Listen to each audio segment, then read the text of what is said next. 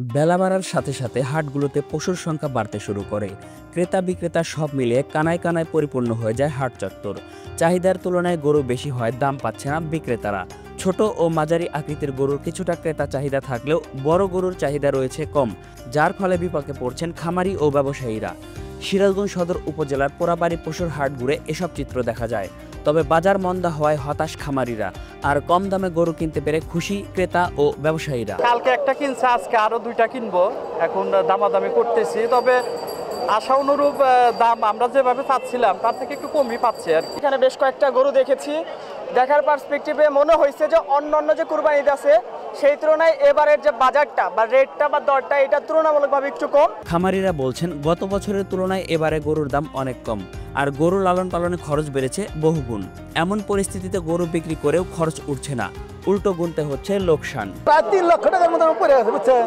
আমি আজকে দামও চাচ্ছি গরুর 3 লক্ষ টাকা, কিন্তু গায়কের দাম বলে 2 লক্ষ 20,000, 30,000, 40,000 বন্ধু উঠছে আর কি দাম। বেলা 12টার সময় 3 ঘন্টা 3.5 ঘন্টা দাঁড়া রয়েছে, একটু খরিদ্দার আসে নাই। 5টা গরু করছিলাম, 3 মাস পালছি।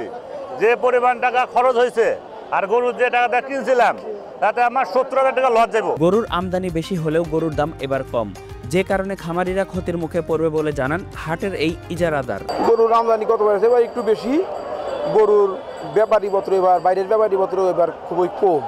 অনেকের গরু দেখা যায় গতবার হাটে থেকে যা ফেরত নিয়ে গেছে, গতবার যে দাম হয়েছে এবার ও দামও বলতেছে না। এমন কিছু বড় গরু আছে, তবে গরু চাষিরা ক্ষতির মধ্যেই পড়বো, গরুর দাম কম। জেলা প্রাণী সম্পদ কর্মকর্তা বলছেন, আমাদের এবার প্রায় 6,55,000 মতো গবাদি পশু উৎপাদন কোরবানির উপলক্ষে। 3 লাখের কাছাকাছি চাহিদা, আর বাদ বাকি সব গরুগুলো আবার বাইরে চলে যাবে আর কি।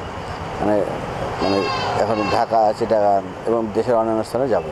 গত বছর জেলায় 3,20,000-এরও বেশি কোরবানি হলেও এবার 70,000 কমেছে, আর জেলায় অস্থায়ী ও স্থায়ী মিলে মোট হাট রয়েছে 39টি। হুমায়ুন কবির সোহেল, আনন্দ টিভি, সিরাজগঞ্জ।